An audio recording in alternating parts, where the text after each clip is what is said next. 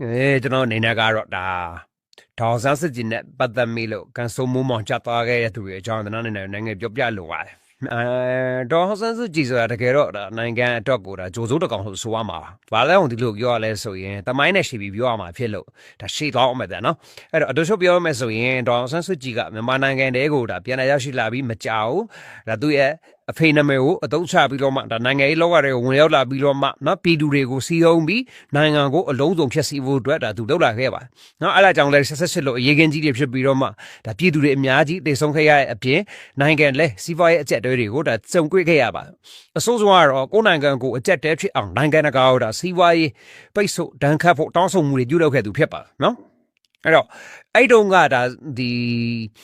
ီစီဝါရေးပိတ်ဆို့တယ်ဆိုတာနော်ဒါဘယ်သူမှလောက်တာမဟုတ်တော့ဒေါ်စုကိုယ်တိုင်လုပ်ခဲ့နော်အဲ့ဒါကိုခဏအသိကိုလည်းကျွန်တော်ပြောပြရဖြစ်တယ်ဖြစ်လို့ဗျာပြောချင်တာဒါမြန်မာနိုင်ငံကိုသူပြန်ရောက်လာပြီးခတဲ့က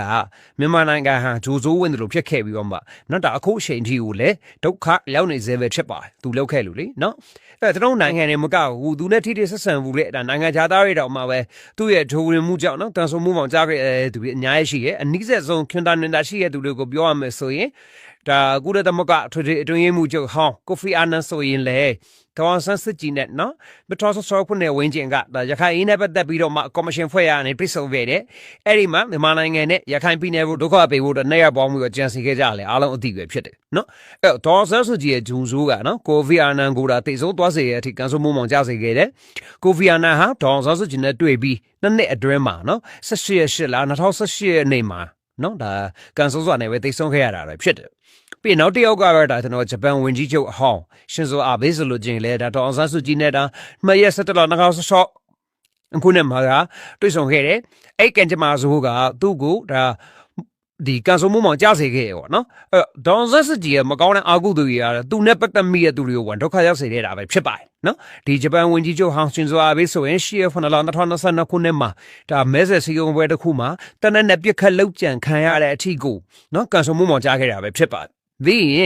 ်ဒီပုတ်ရဲမင်းကြီး Francis ဆိုလို့ကျလဲဒါလူသားရဲ့ပုံမှာအကောင်းကျိုးလူလုပ်ခဲ့တဲ့သူဖြစ်ပြီးတော့မှဒေါ်ဆန်းစုကြည်လို့ဂျိုးစိုးမနဲ့နော်ဒါတွဲဆုံမြမိရအကြောင်းဒါဒေါ်ဆန်းစုကြည်ရဲ့အာကုသူစူးကျိုးတွေဟာပုတ်ရဲမင်းကြီးကိုတော့ကူးဆက်သွားပုံရတယ်ဗျာသိလာ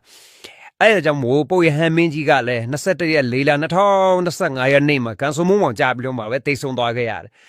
ဒေါ်ဆန်းစုကြည်ရဲ့အာကုသူကြီးမလိုက်ပုံများဗျာသူနဲ့တွေ့မိခဲ့တဲ့လူတိုင်းကိုကန်ဆိုမိုးမောင်ကြားပြီးတော့မှအသက်ဆုံးရှုံးခဲ့ရတာရှိတယ်အသက်မသေးတဲ့သူတွေဘာဖြစ်သွားလဲဆိုတော့ယာဒူကနေနှုတ်ထွက်ဒါရတဲ့သူတွေနော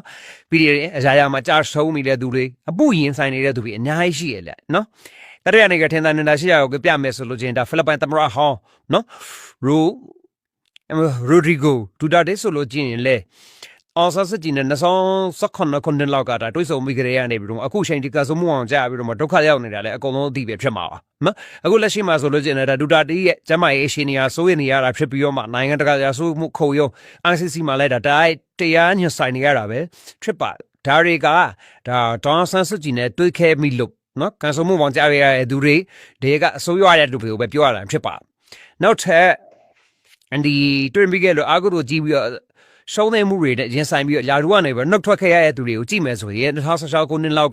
နော်ဒါဒေါ်စုနဲ့တွေ့ဆုံခဲ့မှုတဲ့ဗြိတိန်ဝင်ကြီးချုပ်တွေဖြစ်တဲ့ရှရီဆာမေနဲ့နော်ဘောရစ်ဂျွန်ဆန်တို့ကိုလည်းဒါကန်ဆိုမှုမောက်ကြားပြီးတော့မှယာဒူကနေနှုတ်ထွက်ခဲ့ရတဲ့အထီကိုရှစ်ခဲ့ပါတယ်ဒါဟာတင်ကုလသမဂ္ဂအထည်တွေတွင်မှုဘန်ကီမွန်းဆိုလိုကျလဲဒါဒေါ်စုနဲ့2016ခုနှစ်ကနေပြီးတော့မှတွေ့ဆုံခဲ့တယ်လေးလာပဲကြားတယ်နော်လေးရပဲကြားတယ်ယာဒူပြုတ်ကအဲ့လောက်ထီကိုကန်ဆိုးတယ်နော်